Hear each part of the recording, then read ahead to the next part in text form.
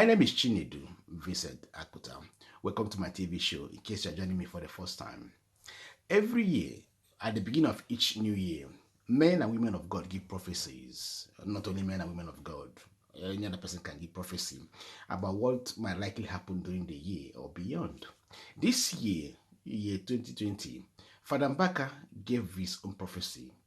Like you know, Mbaka is a Reverend priest, Catholic Reverend priest. Part of what Mbaka said, which is generating controversy, was that Hope Uzodimma, APC gubernatorial candidate of Imo State, will dislodge Emeka Ihedioha, who is the current governor of Imo State. He didn't say when this prophecy will work. He didn't give time when this prophecy will materialize.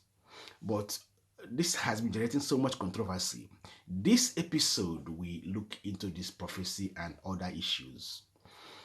Like we all know, Mbaka is controversial, and everything he says or everything he said becomes controversial as well. Let us look at his antecedents. Mbaka had given so many prophecies which worked, whereas some didn't work. Let's look at some examples. In 2015, Mbaka prophesied that Goodluck Jonathan will not be re-elected, and Goodluck Jonathan lost the election. In 2019, Fr Mbaka prophesied that Atiku and P2B will lose election, and they lost election. The way you and Atiku are moving will end in shame. I've also listened to Fr Mbaka in one of his preachings where he said that before the governor of Enugu State, current governor of Enugu State, became governor, that's Ugwuanyi, that's the name, before he became governor, that he, Fr Mbaka, prophesied that he would become governor. And Ugwuanyi later became governor of Enugu State. Ugwuanyi came to give to Thanksgiving at the adoration ground. There are also prophecies which Fr Mbaka gave that didn't work. I can't recall. There are so many of them here. So now it will give reason to worry, particularly to those people on the camp of Emeka Ihedioha. They will be shivering now because of, okay, who knows whether this might work or it might not work. For those on the camp of Hope Uzodimma, of course, their hope will be rising now. But having said all this, I think time will tell. Time will either prove him wrong or right. For now, it is a waiting game. We need to wait and see what happens, whether this particular prophecy will come to materialize. I know one night we Hope Uzodimma microphone. Our own.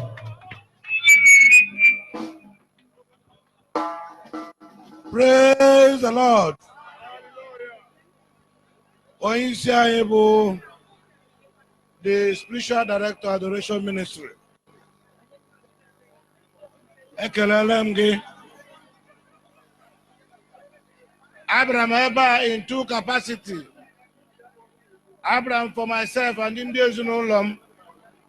But in Kekasham, okay.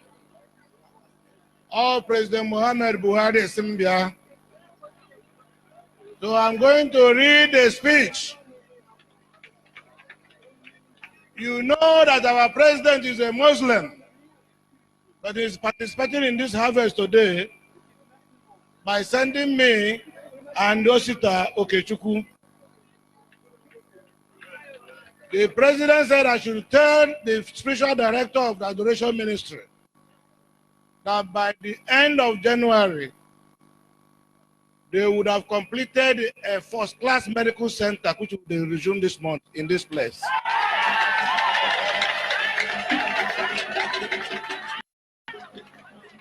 The letter of award to this project will be given to the contractor on Monday, which is tomorrow. Eka Wushiwe, our own. Osibai. He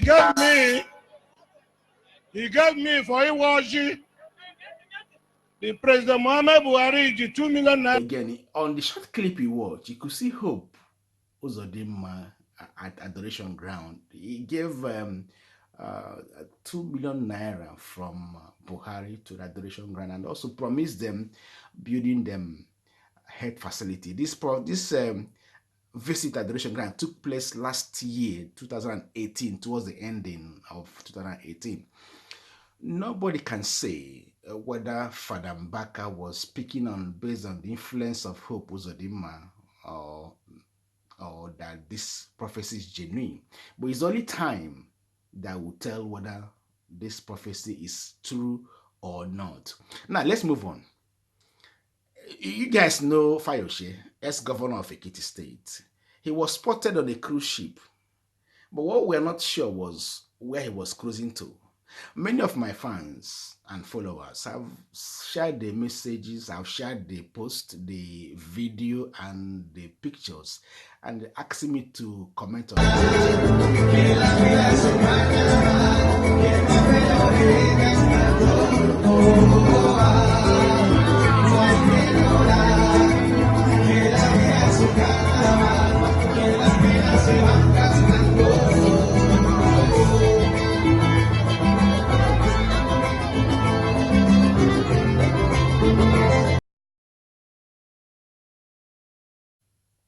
Well, my comments are going to be very simple on this. First of all, I don't blame the judge that gave Fayose bail based on health grounds, perhaps bail to travel overseas for medical treatment. Reasons being that almost all the Nigerian leaders go abroad for medical treatment. I give you an example here. Let us start with President Buhari. He goes overseas for his health checks. Stella Obasanjo, late Stella Obasanjo, wife of former President Obasanjo, died at a Spanish hospital. Patient Jonathan went to German hospital when the husband was still president of Nigeria. President Yaradua, late President Yaradua, died at a Saudi hospital.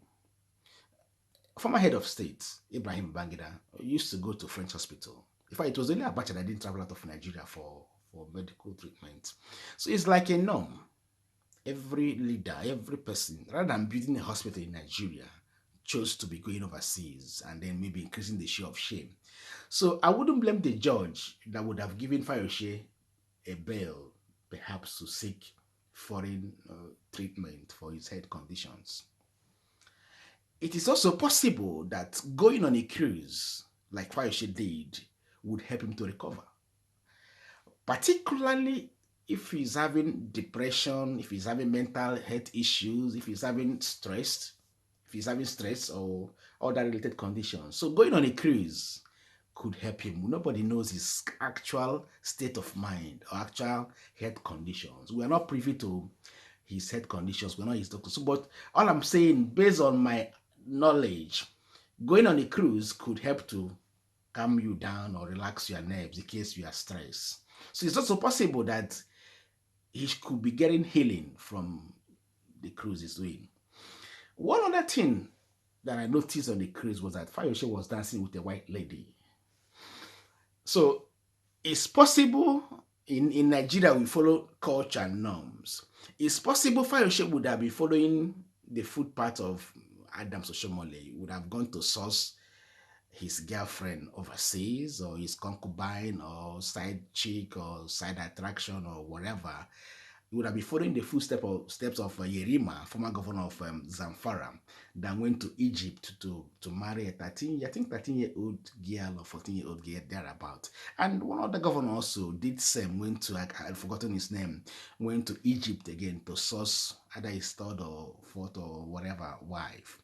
So it's a norm he might be following. So that didn't surprise me also. It could be a way of maybe having his healing. Nobody can say the state of mind he is in now, So again, like I said, time will also tell. But in Nigeria, going on a cruise is not a bad thing, particularly if you've saved up your money and then go on a cruise. I've been on a cruise twice from my savings. But it becomes an issue when you dip hands into the state coffers to go on a cruise. In the case of Fayose, she's facing corruption charges. But like in Nigerian law, he remains innocent until proven guilty. So for now, Fayose might have been an innocent man or might be an innocent man until the court proves him guilty or not. But the issue here is, how long will it take the court to maybe give verdict or judgment? In the case of Ojus Okalo, it took the court 12 years to give their judgment. Nobody knows the number of years it will take the courts to convict or maybe vindicate or maybe to decide on Fayose's case. So it's also a matter of time. We need to wait and see what will unfold.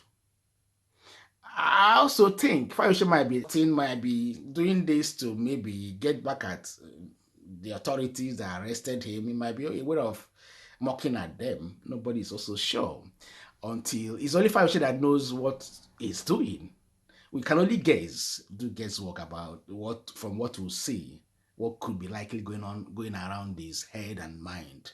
Anyway, like I said before, time will either prove him wrong or right.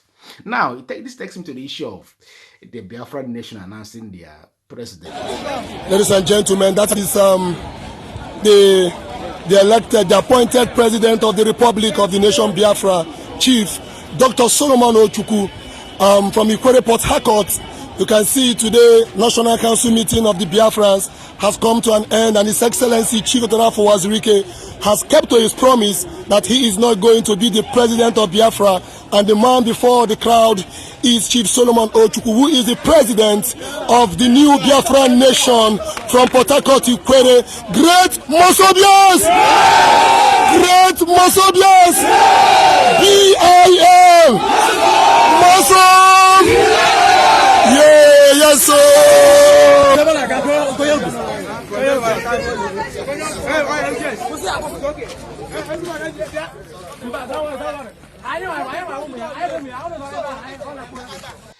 I don't have any issue with Masob members or pro-Biafran groups. But what I have issue is approaches.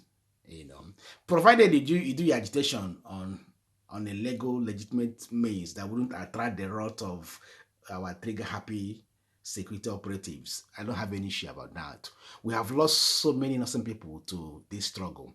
But in this instance, I think announcing the president of a nation might incur the wrath of overzealous security operatives, but I don't pray for that to happen. Like I said, any group is free to agitate for self-determination, but do that on a legitimate means. Do that on a process that wouldn't incur wrath against your members. That's all I have to say about this. For now, if you have any comment to make from this video or my previous videos, please drop them at the comment section below. I would love to read from you. Till we see again, this is C.V.Akuta signing off for now. Bye.